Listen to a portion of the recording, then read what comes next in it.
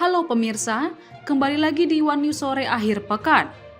Hari ini One News Sore Akhir Pekan akan merangkum informasi mengenai mantan Gubernur DKI Jakarta Anies Baswedan, menyatakan kekecewaannya terhadap vonis yang diberikan oleh Majelis Hakim Pengadilan Tindak Pidana Korupsi atau Tipikor Jakarta kepada mantan Menteri Perdagangan Thomas Rikasi Lembong alias Tom Lembong.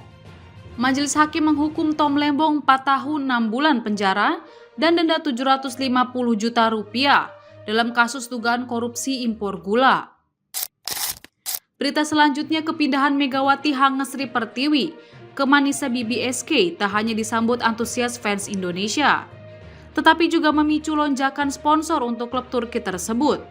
Dikabarkan Manisa BBSK mendapatkan suntikan dana dari salah satu aparel olahraga asal Amerika Serikat. Pemirsa, inilah One News Sore Akhir Pekan selengkapnya.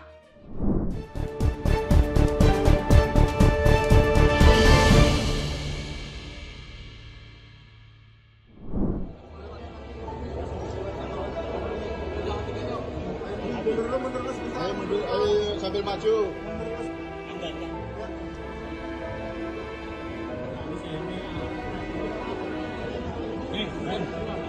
Mantan Gubernur DKI Jakarta Anies Baswedan menyatakan kecewa terhadap vonis yang diberikan Majelis Hakim Pengadilan Tindak Pidana Korupsi atau Tipikor Jakarta kepada mantan Menteri Perdagangan Thomas Rikasi Lembong alias Tom Lembong. Majelis Hukum menghukum Tom 4 tahun 6 bulan penjara dan denda 750 juta rupiah dalam kasus dugaan korupsi impor gula. Anies menyampaikan vonis itu tak bisa diterima dengan akal sehat. Ia mempertanyakan implikasi putusan ini bagi keadilan di Indonesia.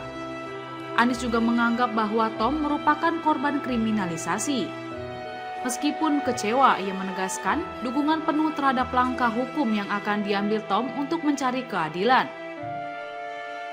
Diketahui dalam sidang tersebut dihadiri oleh beberapa tokoh lain, yakni Rocky Gerung, Saud Situmorang, Refli Harun, Said Didu, dan ex-Wakapolri Komjen Purnawirawan Ogro-Seno. Terlihat juga momen di mana Anies Baswedan terlihat langsung menghampiri Tom Lembong. Bahkan, Anies sempat menggandeng tangan Tom Lembong yang terborgol, lalu ditunjukkan kepada awak media yang hadir. Tom Lembong merupakan mantan co-kapten tim pemenangan Anies Baswedan dan Muhaimin Iskandar pada pemilihan presiden 2024. Dalam pembelaannya, Tom menyatakan kasus yang menjeratnya ini karena dia memutuskan untuk mendukung Anies saat Pilpres. Dan yang mengikuti dengan akal sehat pasti akan kecewa. Sama dengan saya pun sangat kecewa dengan keputusan ini. Yang kedua, jika kasus seterang benderang ini dengan orang seperti Tom saja bisa dikriminalisasi, bagaimana dengan jutaan warga negara kita yang lain? Kami meminta kepada para pemegang kekuasaan untuk serius memperhatikan dan membenahi hukum kita. Kalau kepercayaan pada sistem hukum dan peradilan kita runtuh, maka sesungguhnya negeri ini yang runtuh.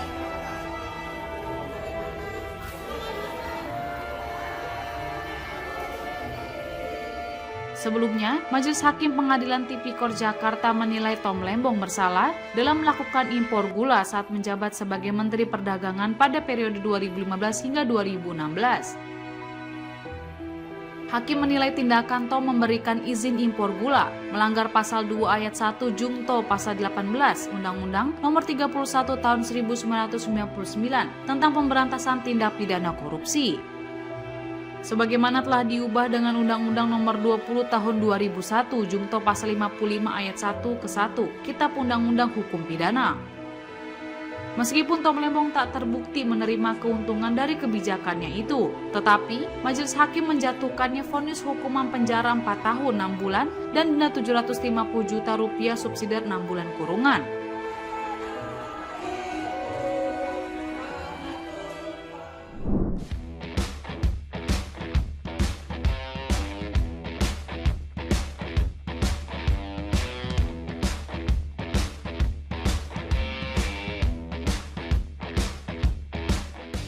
Transfer Megawati Hangestri Pertiwi ke Manisa BBSK musim depan terus menjadi sorotan hangat di kalangan penggemar.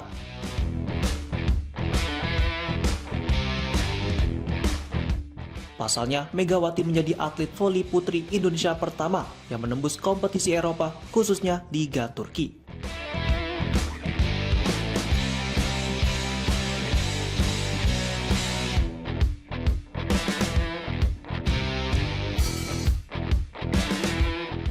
Antusiasme publik tanah air pun langsung terasa. Akun media sosial resmi Manisa BBSK mengalami lonjakan tajam dari segi pengikut dan interaksi usai pengumuman transfer tersebut.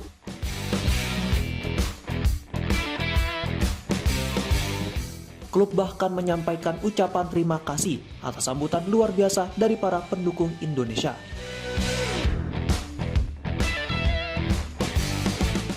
Namun Manisa BBSK tidak hanya sekedar memboyong Megawati untuk memperkuat skuad.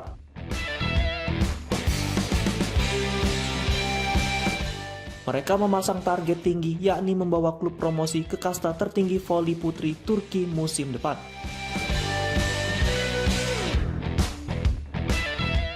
Target ini dinilai masuk akal mengingat performa gemilang Megawati saat memperkuat Red Spark di Liga Korea sebelumnya.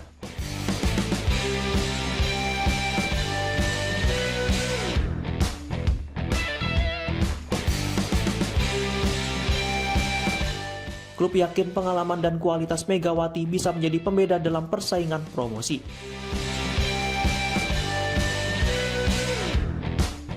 Kehadiran Megawati juga membawa dampak positif di sisi komersial. Sejumlah sponsor mulai menunjukkan ketertarikan untuk menjalin kerjasama dengan Manisa BBSK. Salah satu di antaranya adalah merek aparel ternama asal Amerika Serikat yang akan menjadi sponsor resmi serta memproduksi kostum Manisa BBSK untuk musim kompetisi divisi kedua Liga Voli Turki mendatang.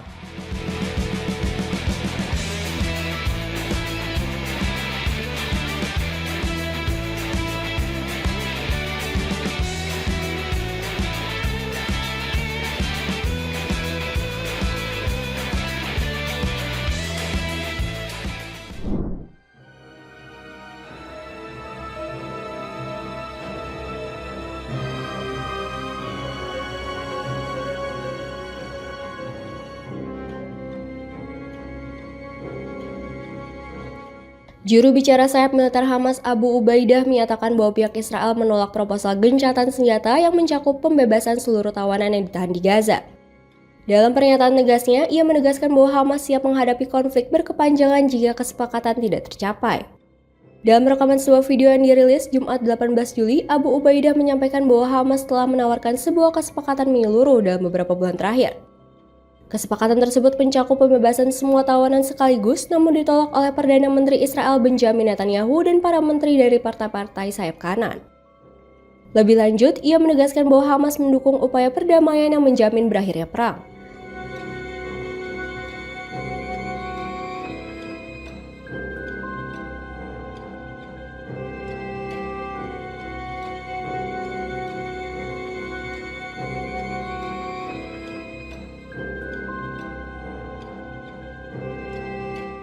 Penarikan pasukan Israel dari Gaza, serta terbukanya jalur bantuan kemanusiaan untuk rakyat Palestina yang saat ini hidup dalam kepungan. Ia memperingatkan bahwa jika Israel menarik diri dari proses perundingan tak langsung yang sedang berlangsung di Qatar, maka tidak ada jaminan bahwa Hamas akan tetap bersedia menerima kesepakatan parsial, termasuk proposal 60 hari yang sedang dibahas yang memungkinkan pembebasan 10 tawanan. Ia juga melontarkan kritik tajam kepada para pemimpin negara-negara Arab dan Islam atas sikap diam mereka terhadap agresi Israel. Pernyataan Abu Ubaidah dirilis di tengah kebuntuan perundingan di Doha, Qatar yang belum menghasilkan kesepakatan apapun.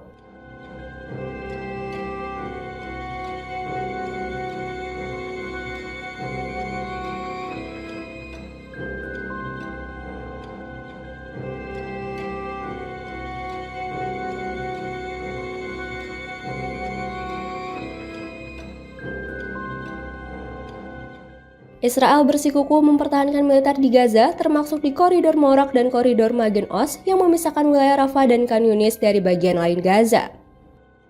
Di lapangan, situasi kemanusiaan semakin memburuk karena pasukan Israel terus menghalangi distribusi bantuan kepada penduduk yang terkepung. Bahkan dilaporkan menembaki warga yang kelaparan di area distribusi yang dikelola oleh organisasi kontroversial. Menurut data terbaru Kementerian Kesehatan Gaza, sejak Oktober 2023, lebih dari 58.667 warga Palestina telah meninggal dunia dan 139.974 lainnya mengalami luka-luka.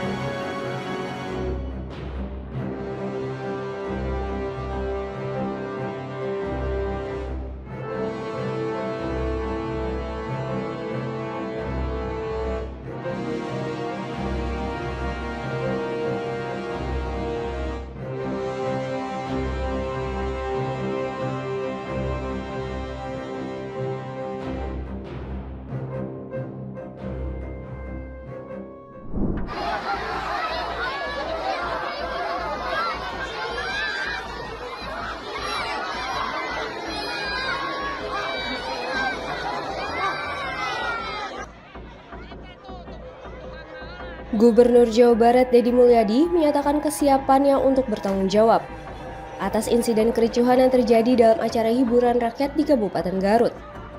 Kejadian yang berlangsung pada Jumat 18 Juli sore itu menewaskan 3 orang termasuk seorang anak berusia 10 tahun. Insiden tragis tersebut terjadi dalam rangkaian pesta pernikahan anak sulung Deddy Mulyadi Maulana Akbar dengan Putri Karlina. Acara yang seharusnya berlangsung meriah itu justru berakhir duka setelah kericuhan di sekitar area panggung menyebabkan korban jiwa. Deddy Mulyadi mengaku tidak mengetahui secara langsung mengenai penyelenggaraan acara tersebut. Namun, ia menyampaikan rasa duka mendalam atas peristiwa yang merenggut nyawa warga. Sebagai bentuk tanggung jawab moral, Deddy Mulyadi telah menginstruksikan stafnya untuk memberikan santunan kepada keluarga korban sebesar 150 juta rupiah. Yang Garut sama SMA 6, Pak Gub.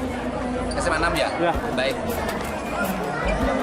Yang pertama yang kegiatan di Garut hari ini, acara syukuran Maula dan Putri, secara pribadi saya tidak tahu acara kegiatan itu. Artinya saya hanya memahami bahwa nanti malam itu ada acara kegiatan saya bertemu warga dalam bentuk pentas seni.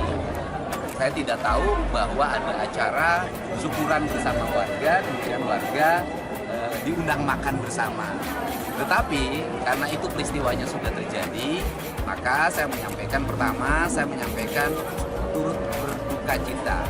Semoga almarhum dan almarhumah diterima iman Islamnya, diampuni segala dosanya, kemudian ditempatkan di tempat yang mulia di sisi Allah Subhanahu wa Ta'ala.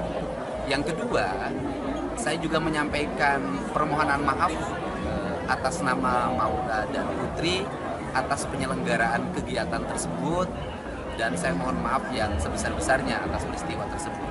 Kemudian yang ketiga, saya menyampaikan hari ini sudah saya meminta staf saya untuk segera menemui seluruh keluarganya dan menyampaikan uang duka dari saya sebagai Gubernur Jawa Barat terhadap warga saya hari ini yang mendapat musibah.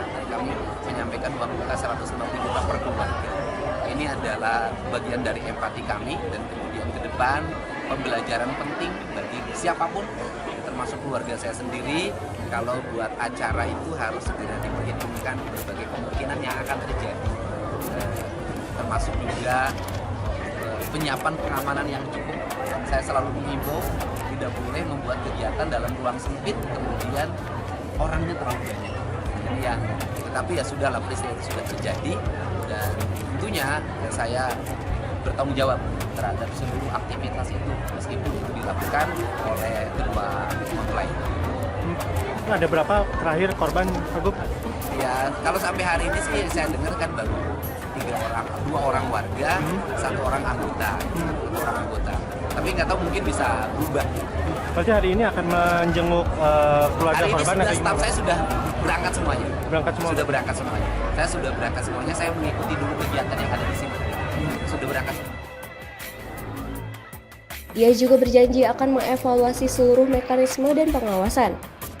dalam rangkaian acara pernikahan agar kejadian serupa tidak terulang di masa mendatang.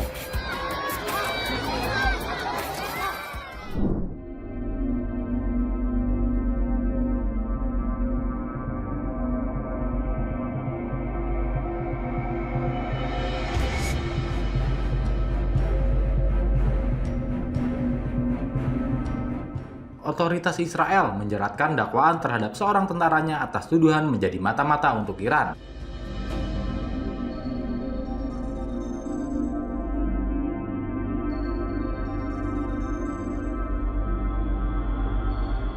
Aksi spionase ini dilakukan tentara Israel demi imbalan uang.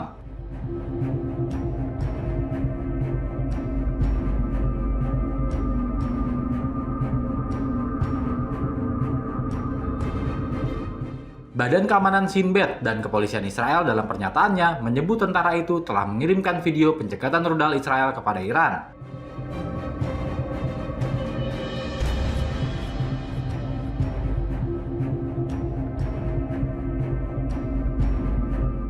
Tentara Israel itu juga mengirimkan video-video yang menunjukkan lokasi-lokasi di negara Yahudi itu yang terkena serangan roket Iran dalam perang 12 hari yang berkecamuk secara sengit pada Juni lalu.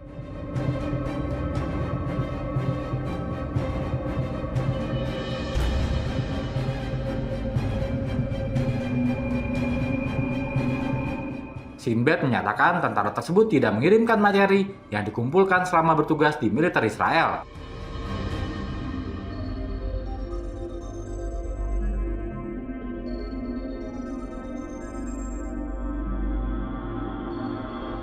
Shin Bet juga mengatakan bahwa tidak ada informasi rahasia yang diberikan tentara Israel itu kepada Iran.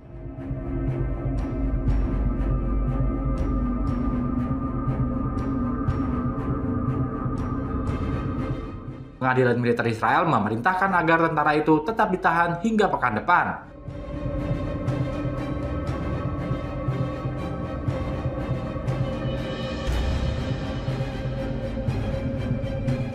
Langkah Israel menjeratkan dakwaan ini diumumkan sehari setelah negara itu meluncurkan kampanye media nasional yang tidak biasa, yang isinya memperingatkan warganya agar tidak menjadi mata-mata untuk Iran.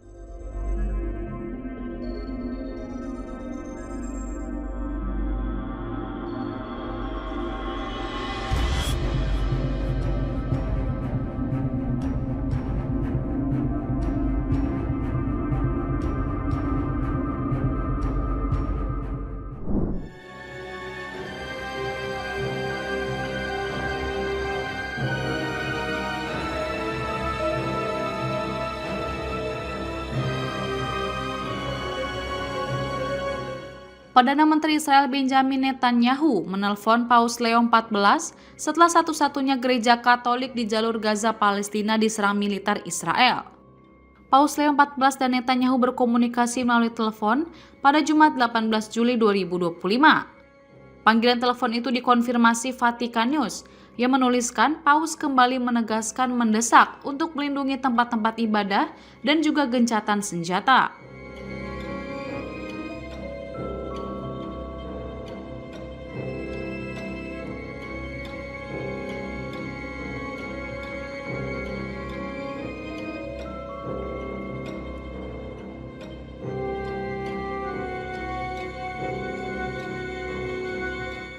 Bapak Suci itu kembali menyerukan negosiasi dan gencatan senjata di Gaza, menurut kantor pers Tahta Suci.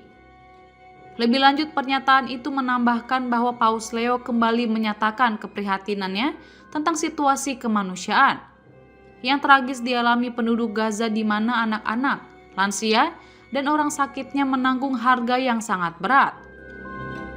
Sebelumnya, Gereja Keluarga Kudus, satu-satunya gereja Katolik di Gaza, diserang Israel pada Kamis 17 Juli 2025 yang mengakibatkan 3 kematian dan 10 orang luka-luka, termasuk pastor paroki, Pastor Gabriel Romanelli.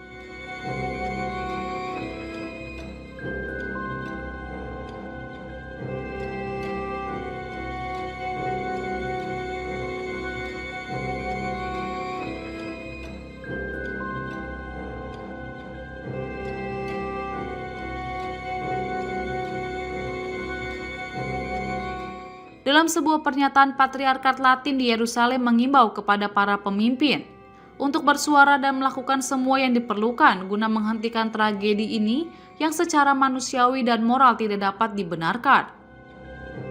Sementara itu, Israel masih saja membela diri dan tidak mengakui terkait serangan ke gereja. Kantor Perdana Menteri Israel mengklaim bahwa serangan itu salah sasaran. Sejak Israel melancarkan agresi ke Palestina pada Oktober 2023, mereka kerap menyerang habis-habisan warga dan objek sipil seperti tempat ibadah hingga rumah sakit.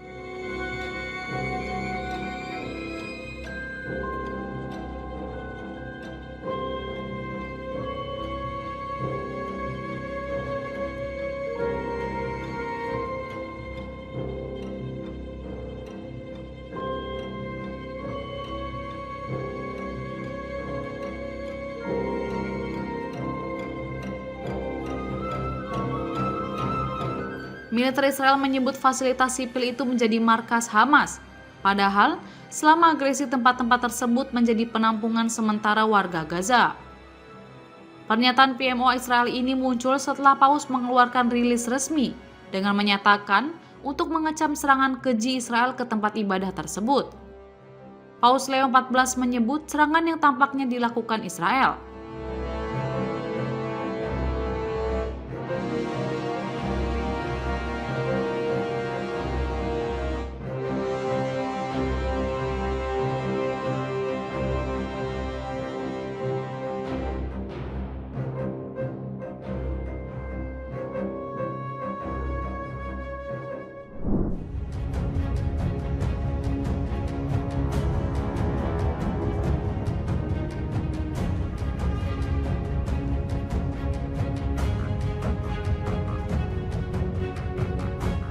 Rusia secara resmi memberitahu regulator internasional kalau mereka akan mengincar satelit Eropa yang dicurigai membantu militer Ukraina sebagai target sah untuk pengacauan sinyal.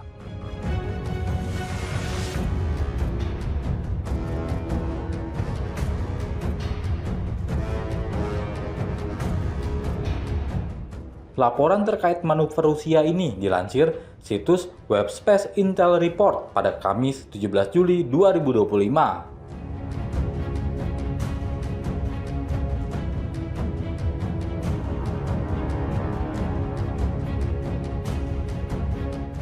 Dalam dokumen yang diserahkan kepada Persatuan Telekomunikasi Internasional dan sejumlah pihak terkait Rusia, ia menyebut tidak akan mengakui keluhan dari pemerintah Eropa yang satelitnya melayani tujuan sipil dan militer.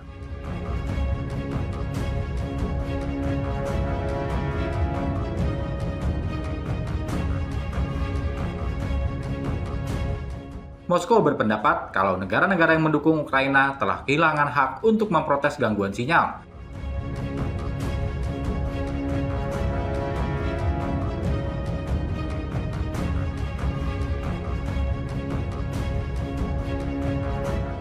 Rusia juga mengatakan dalam dokumen tersebut kalau mereka akan menghindari mengganggu aplikasi satelit non-militer, tetapi akan bertindak terhadap penggunaan satelit yang membantu militer Ukraina.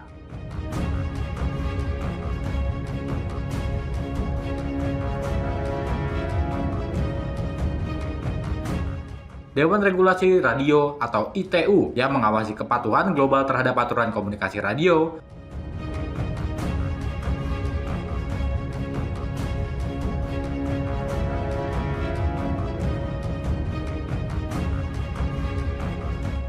Langkah ini memformalkan sikap yang telah disyaratkan Rusia selama berbulan-bulan di tengah meningkatnya kekhawatiran tentang campur tangannya terhadap satelit navigasi dan komunikasi.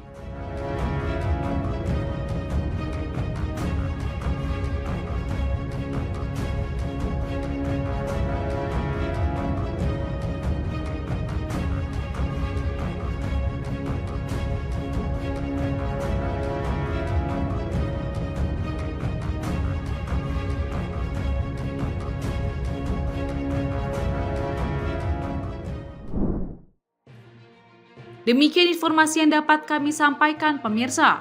Terima kasih telah bergabung bersama kami. Sampai jumpa di One News Sore akhir pekan berikutnya. Setiap pukul 7 malam hanya di kanal YouTube TV One Newscom.